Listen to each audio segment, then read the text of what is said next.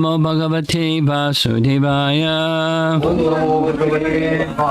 Om Namo Bhagavate Vasudevaya. Om Namo Bhagavate Vasudevaya. Do you have Snehavali's question that was unanswered? Or she's going to send it in this morning? She didn't send it. Okay. Snehavali, it's early in the morning. It's 4 a.m. in Seattle. But at the end of this class, I'm going to go back and read that which you wanted me to read from text 17. And then you can present your question, because I don't know what your question is. If you're not listening, will somebody remind me at the end, and we'll go back to text 17. So, for review's purpose, this morning will be text 19. Here's the translation for text 17 and text 18. 17. For the purpose of maintaining his body, a liberated sage should not act, speak, or contemplate in terms of material good or bad. Rather, he should be detached from all material circumstances, taking pleasure in self-realization. He should wander about engaged in this liberated lifestyle, appearing like a retarded person to outsiders. And the comment is, this is a Gyan Bhakta, or Gyan Yogi. Text 18. If, through meticulous study, one becomes expert in reading Vedic literature, but makes no endeavor to fix one's mind on the Supreme Personality of Godhead, then one's endeavor is certainly like that of a man who works very hard to take care of a cow that gives no milk. In other words, the fruit of one's laborious study of Vedic knowledge will simply be the labor itself. There will be no other tangible result. That's the context. So now let's go to text 19. My dear Uddhava. That man is certainly most miserable who takes care of a cow that gives no milk, an unchaste wife, a body totally dependent on others, useless children, or wealth not utilized for the right purpose. Similarly, one who studies Vedic knowledge, devoid of my glories, is also most miserable. And the BBT purport. A human being is actually learned or expert when he understands that all material objects perceived through the various senses are expansions of the Supreme Personality of Godhead, and nothing exists without the support of the Supreme Lord. In this verse, through various examples, it is concluded that the power of speech is useless if not engaged in the support of the Supreme Lord. According to Srila Vishwanath Chakravarti Thakur, this verse implies that all of the functions of the various senses are useless if they're not engaged in the glorification of the Lord. Indeed, the Avadhuta Brahmana previously stated to King Yadu that if the tongue is not controlled, one's entire program of sense control is a failure. One cannot control the tongue unless he vibrates the glories of the Lord. Paragraph. The example of the milk-less cow is significant. A gentleman never kills a cow, and therefore when a cow becomes sterile or no longer gives milk, one must engage in the laborious task of protecting her, since no one will purchase a useless cow. For some time, the greedy owner of a sterile cow may continue thinking, I have already invested so much money in taking care of this cow, and certainly in the near future she will again become pregnant and give milk. But when this hope is proven futile, he becomes neglectful and indifferent to the health and safety of the animal. Because of such a sinful neglect, he must suffer in the next life, and having already suffered because of the sterile cow in the present life, after having. Paragraph. Similarly, although man may discover that his wife is neither chaste nor affectionate, he may be so eager to get children that he goes on taking care of such a useless wife, thinking, I will teach my wife the religious duties of a chaste woman by hearing historical examples of great women. Surely her heart will change, and she'll become a wonderful wife to me. Unfortunately, the unchaste wife, in many cases, does not change, and also gives a man many useless children, who are just as foolish and irreligious as she. Such children never give any happiness to the father, yet the father tediously labors to take care of them. Paragraph. Also, one who has accumulated wealth by the mercy of God must be vigilant to give in charity to the right person and for the right cause. If such a right person or cause appears, and one hesitates, or selfishly does not give in charity, one loses his reputation, and in the next life he will be poverty-stricken. One who fails to give properly in charity spends his life anxiously protecting his wealth, which ultimately brings him no fame or happiness. And the final paragraph. The previous examples are given to illustrate the uselessness of laboriously studying the Vedic knowledge that does not glorify the Supreme Personality of Godhead. Srila Jiva Goswami comments that the spiritual vibration of the Vedas is meant to bring one to the lotus feet of the Supreme Lord Krishna. Many processes for achieving the supreme truth are recommended in the Upanishads and other Vedic literatures, but because of their innumerable and seemingly contradictory explanations, commentaries, and injunctions, one cannot achieve the absolute truth, the personality of God, is merely by reading such literature. If, however, one understands Sri Krishna to be the ultimate cause of all causes, and reads the Upanishads and other Vedic literature as glorification of the Supreme Lord, then one can actually become fixed at the Lord's lotus feet. For example, His Divine Grace, Srila Prabhupada, translated and commented upon Sri Ishopanishad in such a way that it brings the reader closer to the Supreme Personality of Godhead. Undoubtedly, the lotus feet of the Supreme Lord Krishna are the only reliable boat by which to cross the turbulent ocean of material existence. Even Lord Brahma has stated in the 10th canto of Srimad Bhagavatam that if one gives up the auspicious path of bhakti and takes to the fruitless labor of Vedic speculation, one is just like a fool who beats empty husks in hope of getting rice. Srila Jiva Goswami recommends that one completely ignore dry Vedic speculation because it does not bring one to the point of devotional service to the absolute truth, Lord Sri Krishna. And much shorter purport by Bhaktisiddhanta.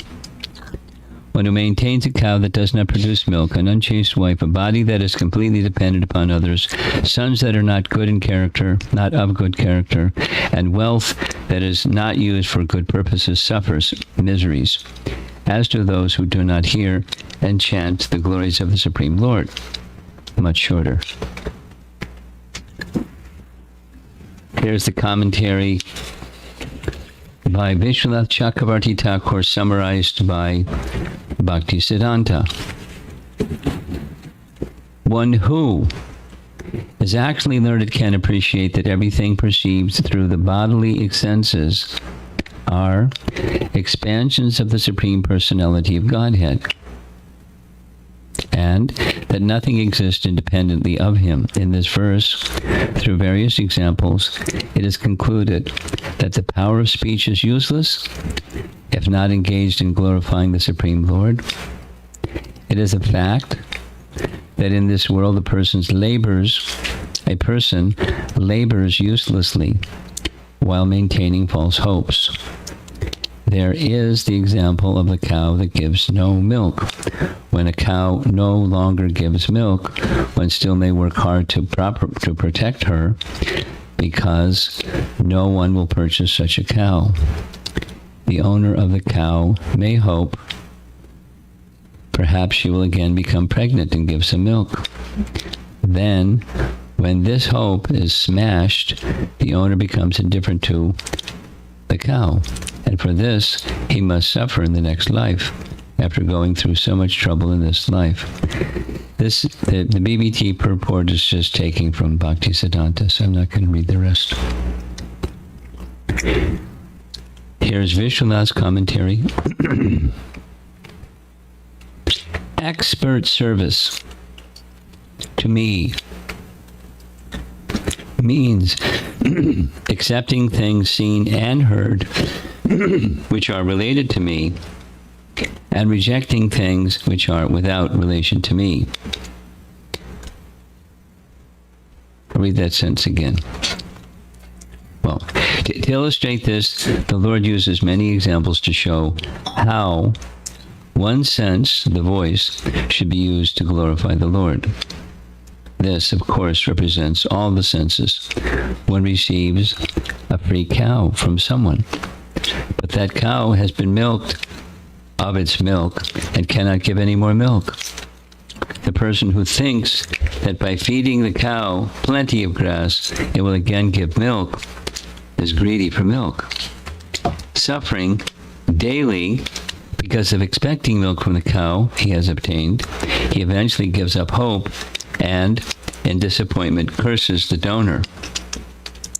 When he suffers further in the next life, dukkhi, a man thinking that his unchaste wife will become chaste by instructions on morality from righteous persons, continues to maintain her with the desire of having children. A foolish person also maintains unworthy children with the same mentality. Asat pragyam means sons who have no pious credits in this and the next life. A body dependent on others is the cause of distress at every moment. If one does not give wealth to a qualified person who comes, it causes infamy and sin. O Uddhava, the person who maintains these persons suffers misery after misery. And Jiva Goswami's Krama Sandarbha makes reference to Bhakti Sandarbha. And here's Bhakti Sandarbha, Anuchhed 67 and 68. And then we're going to go to 68 and 69.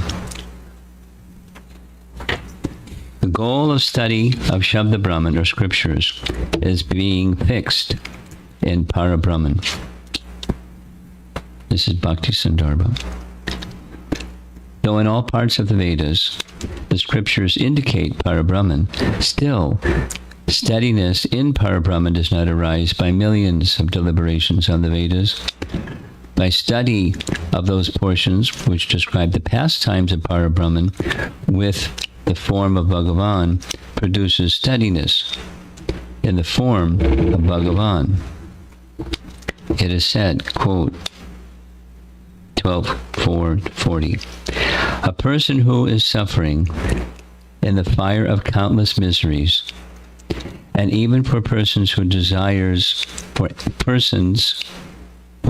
to cross the insurmountable ocean of material existence, there's no suitable boat except cultivating the nectar of the narrations of the Supreme Lord's pastimes. And then at 10:14:4, this is one of Brahma's prayers. Shreya Shatim Bhaktim Udashyate Vibho Klishyanti Ye Kevala Bodha Labhyate Teshamasau Kleshala Eva Shishyate Nanyadyata Stula Tushavagadinam. O Lord, if fools give up bhakti, the all-inclusive path, and suffer to attain realization of Atma without bhakti, they simply attain suffering and nothing else. They are like fools who beat empty husks. One should not study Vedic scriptures devoid of the Lord's pastimes. Maya hinam vacham means statements devoid of my pastimes.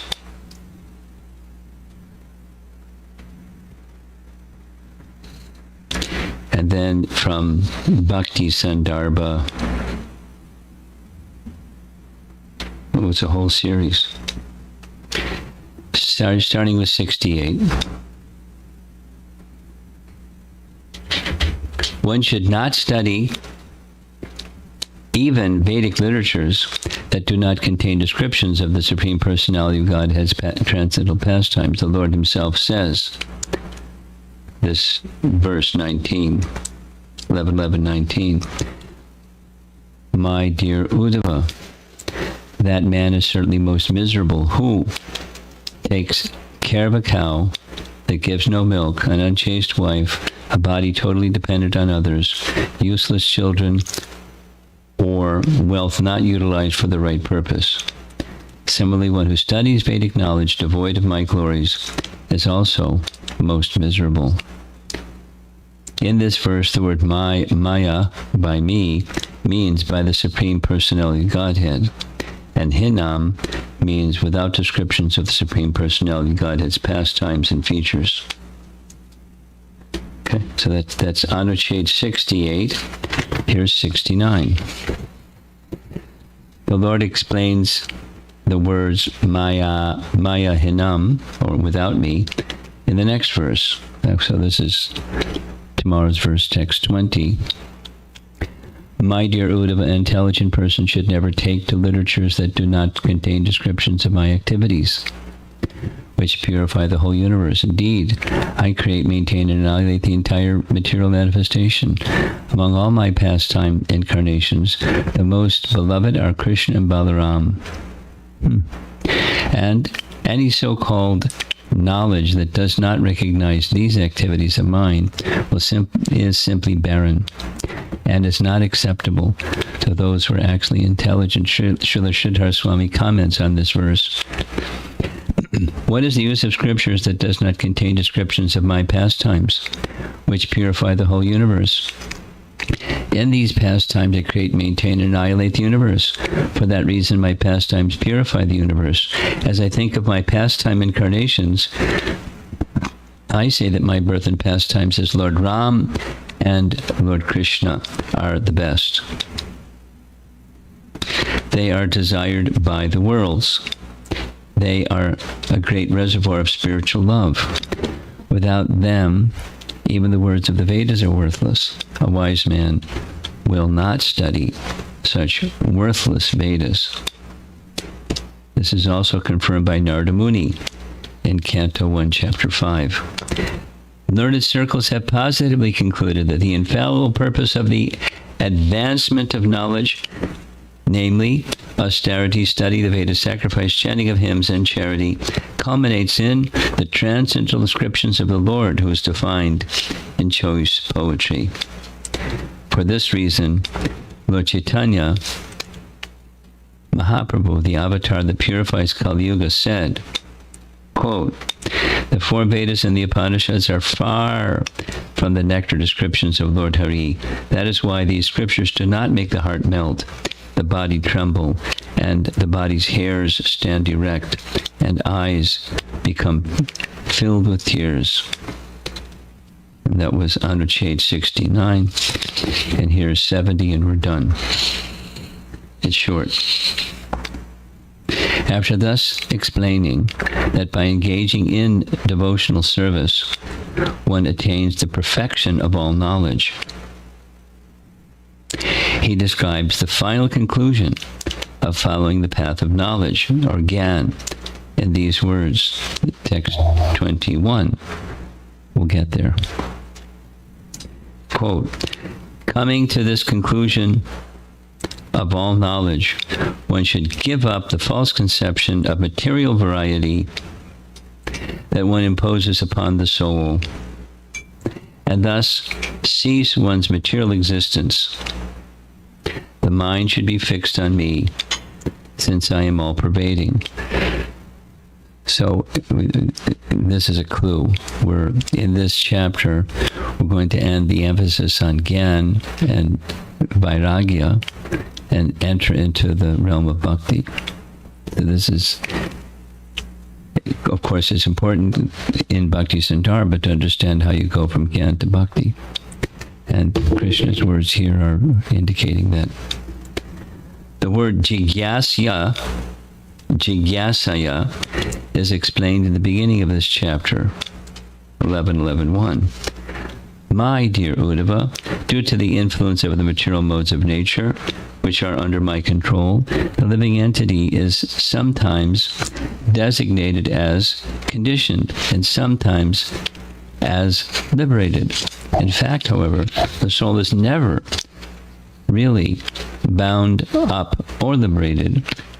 And since I am the Supreme Lord of Maya, which is the cause of the modes of nature, I am also never to be considered liberated or in bondage. So here's the visuals for this verse 19.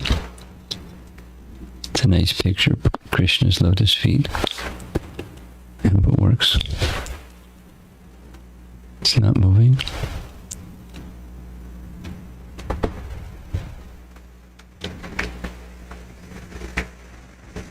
Oh, let's see.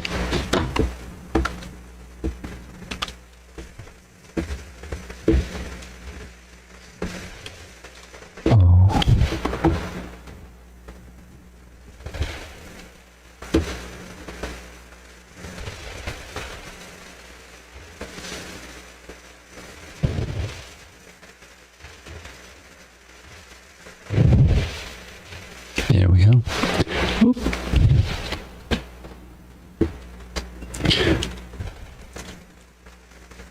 The previous examples are given to illustrate the uselessness of laboriously studying Vedic knowledge that does not glorify the Supreme Personality of Godhead. Srila Jiva Goswami comments that the spiritual vibration of the Vedas is meant to bring one to the lotus feet of the Supreme Lord Krishna. So there's his lotus feet.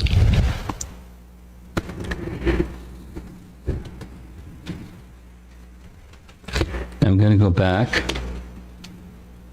to 17 and 18, well, specifically 17. And Snehavali, I hope you're listening. Did she send in her question? Please send in your question if you have a question.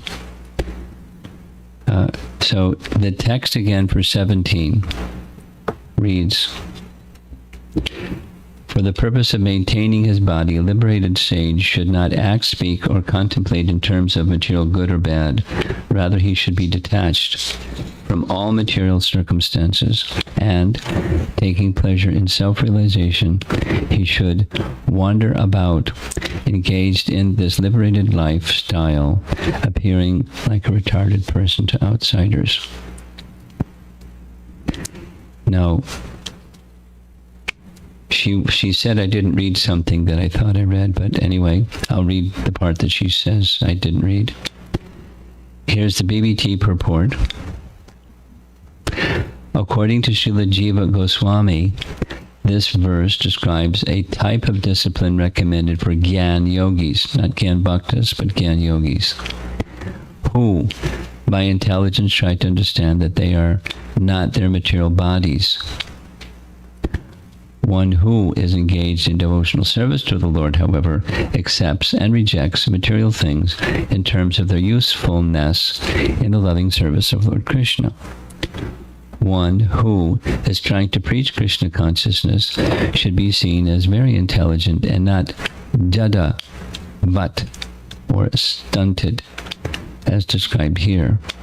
Although a devotee of the Lord does not act, speak, or contemplate for his personal sense gratification, he remains very busy, working, speaking, and meditating in devotional service of the Lord. The devotee makes elaborate plans to engage all the fallen souls in Lord Krishna's service so they can be purified and go back home, back to Godhead. Merely rejecting material things is not perfect consciousness. One must see everything as the property of the Lord and meant for the Lord's pleasure. One busily engaged in spreading the Krishna consciousness movement has no time to make material distinctions, and thus automatically comes to the liberated platform. Now that may be the source of her question, but here's Bhaktisiddhanta's purport. A self-satisfied devotee of the Lord does not divert his attention to observe the activities of the materialists. Thinking how everything can be utilized in the service of the Lord, he never views material objects as meant for his gratification. He has no concept of good and bad, because he sees how everything can be used for the satisfaction of the Supreme Lord. To the external vision of ordinary people, however, he may appear to be acting on the material platform. That was Bhaktisiddhanta's purport in 2 sentences. Here's his gloss of Vishwanath's commentary. A person who does not possess the above-mentioned qualities should be understood to be a conditioned soul. The detachment, knowledge detachment. And his actual commentary, with this nature he appears to be a bound-up person, not liberated. So did she send her question? Okay, well, I'm just... Huh? She said she... Okay. So Sneha Bali, please send your question, because I was just trying to be responsive to your wanting to hear what you didn't hear, and responsive to the question you want to ask about text 17. So let's just do a little summary, and we'll go into the discussion part. Okay, little summary. We're about to transition from 4.5 chapters into a new mood, or a focus on bhakti, a focus on hearing the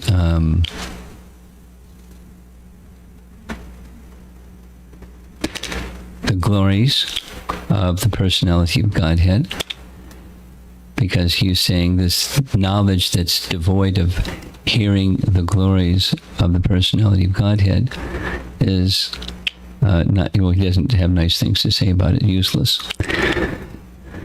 Now, all of what has been said so far, with the exception of Pingala, is apparently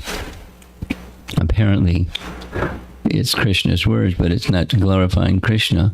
It leads to the glorification of Krishna. Therefore, it's worthy to hear. So, preparing the ground. Summary. Preparing the ground by knowledge and detachment is exactly the question that Uddhava asked: how to become freed from the obstacle of too much attachment or affinity for the temporary, so that I can understand you in an unobstructed way. There's obstacles. The big obstacle, going by the name of attachment, or identification with the temporary and trying to be the enjoyer of it. That's attachment to the temporary, undue attachment to the temporary. So we don't trash it, temporary. That's been explained so many times here also. It's seen as paraphernalia or of the Supreme Lord, or some opportunity or another to engage in some service to the Supreme Lord. And so it's not dry, and it's not speculative. It's filled with thought of the personality of Godhead, because service to the personality of Godhead is very meaningful.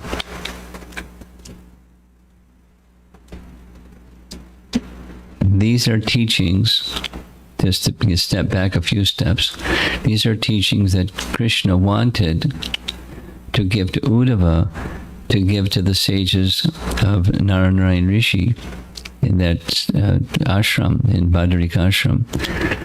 But, they're already detached. The sages, the associates of Narayana Rishi are very detached, extremely detached. But there's also worldly people who Krishna wants Uddhava to interact with. And of course, Uddhava's got it. He's got attachment to Krishna. But some persons may have some attachment to God. And at the same time, substantial attachment to the temporary. And that's an obstruction.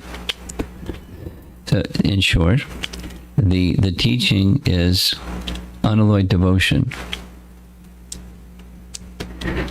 I was appreciating very much a comment in Bhaktisiddhanta Saraswati Thakur's comment about the strategy of his father in presenting this publication called Sajjanatoshini, where Bhaktisiddhanta was saying that the Bhakti Vinod Thakur wanted to restore Shuddha Bhakti. However, there were very, very, very few people that even had an attraction for it. At best, there were persons that had mixed devotion.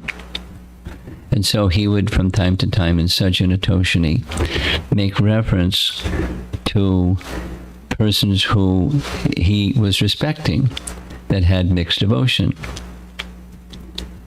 However, this particular reference was the Kevalastakam song, Kevalastakam, Hare Name Eva Kevalam, that song. And it's part of a 100-verse writing of some author who Bhaktivinoda Thakur was appreciating. Oh, this is really nice. And cited some of the verses from that 100 verse, of which we take 8 and sing our Kevalashtakam song regularly.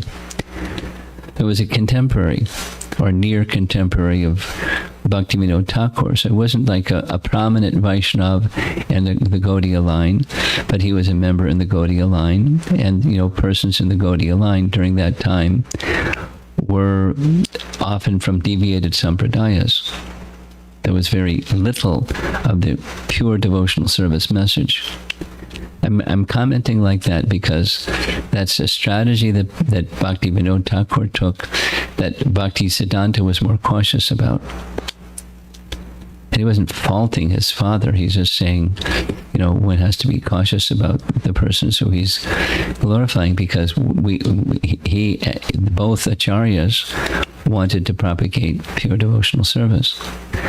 So similarly, in one sense, not one-to-one correlation, but similarly here, for 4.5 chapters, Krishna is speaking about knowledge and detachment. And the Avadhuta Brahmana being referenced is Dattatreya, who is an incarnation. But there's many places that says that Dattatreya, he's very confusing person, or puzzling, enigmatic personality, supreme incarnation, that he would teach impersonalism. But he wasn't just directly impersonalism. He would teach knowledge and detachment that can lead to an impersonal conclusion. But he also taught King Yadu, who was certainly not an impersonalist, and he taught Prahlad Maharaj, who was certainly not an impersonalist, and others who are certainly not impersonalists. So it may be a strategy, summary, it may be a strategy to propagate with strength the importance of knowledge and detachment, knowing that knowledge and detachment is not Shuddha Bhakti. And Shuddha Bhakti already takes care of knowledge and detachment, isn't it? Vasudeve Bhagavati Bhakti Yoga Prayojataha Janiyati Ashu Vairagyam Jnanam Chalyadahaitakam. Causelessly, from bhakti, knowledge and detachment arise. So then that's laudable. And we can say that Krishna was teaching this to Uddhava in part by repeating the words of Dattatreya to understand knowledge and detachment that leads to bhakti. So, we're going to enter into the bhakti section shortly, where it's presumed now one understands the fallibility of the temporary, seeing it for what it is, its paraphernalia for Krishna's service, but not becoming entangled in trying to be the enjoyer of it, nor trying to become detached from it, and just from the point of view of Gyan, discerning matter and spirit, and identifying with spirit, and walking around like a retarded person in the world in relation to matter. So the bhakti process is not specifically encouraging that.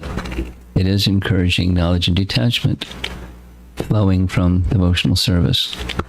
I hope it's clear. Let's see what her question is. Microphone?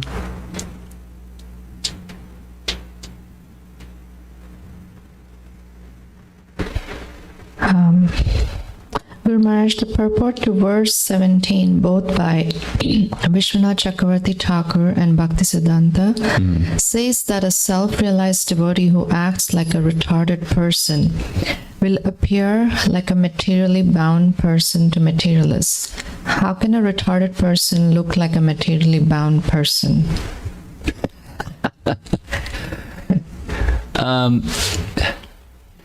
You may know some persons who are materially retarded.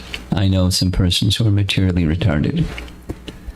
And it looks like they're on the material platform. Parts of whatever that makes a normal person normal aren't working. And so they appear to be on the material platform where everything's not working. And it's not a high estimation of what their consciousness is inside. But it appears that they're on the material platform. That's it. And her second question is, how can Jnana yogis not be on the bodily platform? Could you please elaborate more? It looks like that all scholars are on bodily platform. Well, it's by negation. They say not this, that kind of. Not on the bodily platform. They're on the mental platform. They think themselves liberated. Vimuktamaninas. You can look up that verse. It's very important understanding. The best that such a person can get is not truly liberated, but apparently liberated because of the negation. And they think themselves liberated, but they're not. Next. Okay. Anything in the room? See if we can wrap up this section and move on to the bhakti section.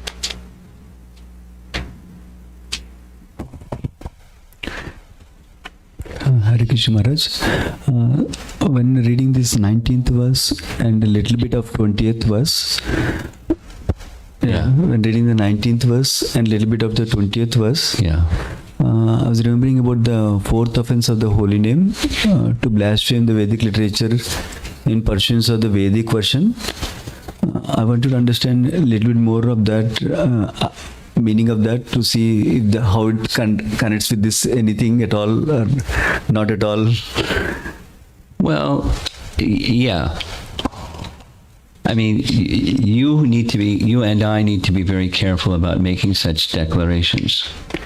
Because our understanding is, even there may be portions of the Vedas that are dealing not directly with Krishna's glories, it leads to Krishna's glories. Or the purpose of the Vedas is to know Krishna. The purpose of the Vedas is not just knowledge and detachment. So if we don't see the connection, just like these 4.5 chapters, if we don't see these 4.5 chapters in connection with Krishna preparing Uddhava and thus preparing us for pure devotional service, we'll be not interested because there's no juice there. Like that there was a question 2 evenings ago about, knowledge that's dry philosophy. And I kind of like responded to that a little strongly, but that needs to be seen in relation to helping us connect with Krishna. And the example that I pointed to was the process of creation. Prabhupada describes the process of creation as one of Krishna's pastimes. And when you get a lot of detail about Krishna's pastime of creation, it can be mind-spinning. But as we did last night, when you get a lot of details about Krishna's rasa and Krishna's loving dealings, that can be mind-spinning too. So it's if the approach for either is just information gathering, then that's dry. But the topic itself is not dry. That's our perspective on things that don't apparently have attractive features of Krishna's pastimes. But if we step back and understand that, wow, the whole process of creation is a pastime of Krishna, as Prabhupada has described it, then, getting the details of Krishna's pastime of creation takes on a whole other flavor. It's not just this fits together with that, fits together with that. The puzzle pieces and the technology of the process of creation, but glorification of how wonderful is my Krishna, how he does what he does. It's really fascinating how he does what he does. And at the same time, he's, dancing with the gopis in Vrindavan. How amazing is Krishna. So back to your question. We have to be cautious. We can repeat what elevated personalities speak in this regard, as our commentators have done. But we should be mindful at the same time that there is a purpose for the detailed knowledge. The detailed knowledge is to assist us in having obstacles removed, obstacles for seeing and understanding and being engaged in Krishna service be removed. There's the purpose. Stated conversely, if you forget the purpose, then it's useless. Thank you so much.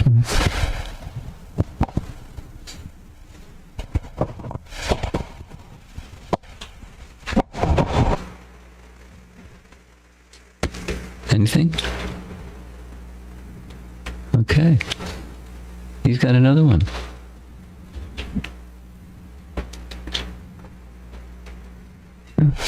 In the 19th verse purport, 19th verse purport, Srila Prabhupada refers to reading Shastra as a glorification of Krishna. So, could you please elaborate? It's a similar question. Seems like a similar question to the previous question. Instead of saying the negative, we're saying the positive. If someone, I won't give their name, but someone was saying, and I was appreciating, that the way that I try to read literature these days is try to see the connection of how reading this is making my connection with Krishna stronger, or removing obstacles between myself and my relationship with Krishna. It's, in other words, it's, I try to read from the heart level, seeing how this is going to connect me more with Krishna. And glorification of Krishna is part of what will help us connect more with Krishna. When you have a connection, you want to speak nicely about the person. There's actually two questions from before that I could ask. And there's one new question from Amara. I'll do the new one first. Hare Krishna Guru Maharaj, why does Krishna give knowledge about detachment before bhakti?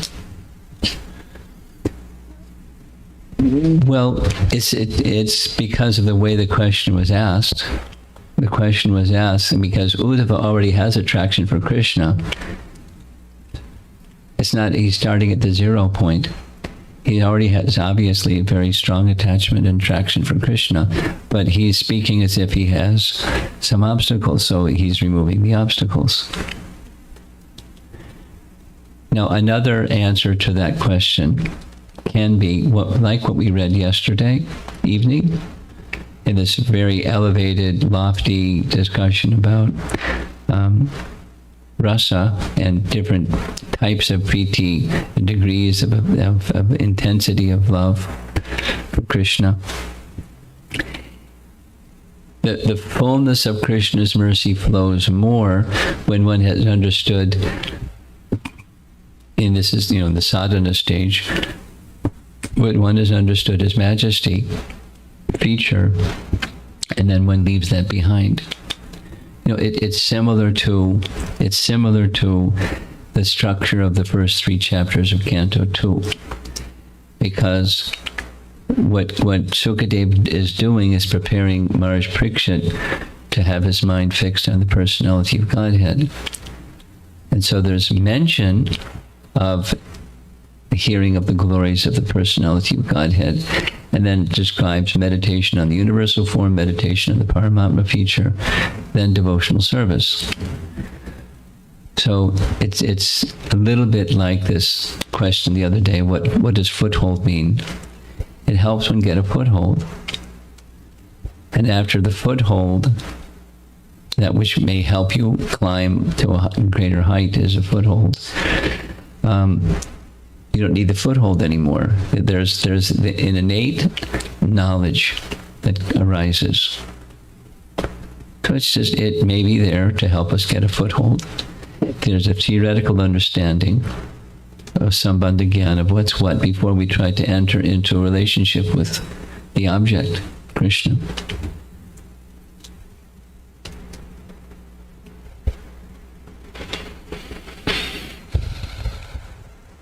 So it doesn't have to happen before. It's because Uddhava already has affinity for Krishna.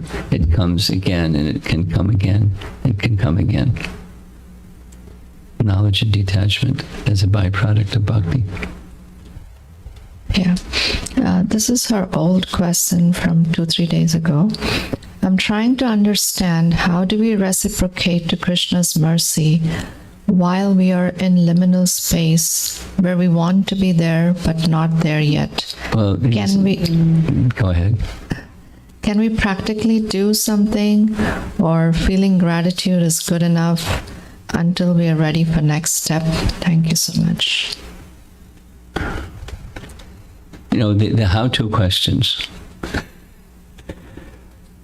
You have good association, and you continue to keep that good association, and that you observe carefully and try to serve those persons who are your good association, and you'll understand the answer to your question better.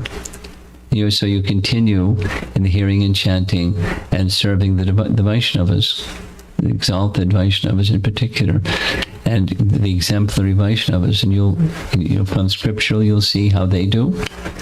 So your suggestions of options, they're nice options, and there's other things that one can do. But you continue with the bhakti process. When you're in the liminal space, you continue in the bhakti process and try to refocus on the goal and your enthusiasm to reach the goal, which is kindled in part by good sadhu sangha. There's one question from Gay Varadhari Prabhu. Hare Krishna Guru Maharaj, is there a difference between being aloof and being detached?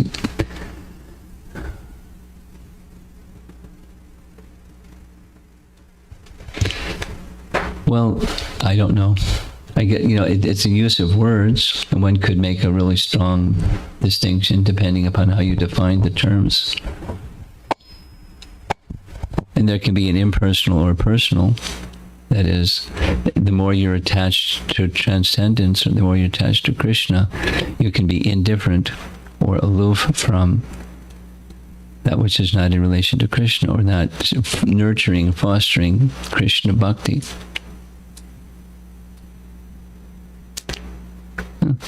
It's a matter of how you use the terms and define the terms. I can't think of a standard kind of dictionary way of looking at, is there some distinction between those two? More important is, what's behind the aloofness or the indifference. Anything else? Srila Prabhupada ki jai.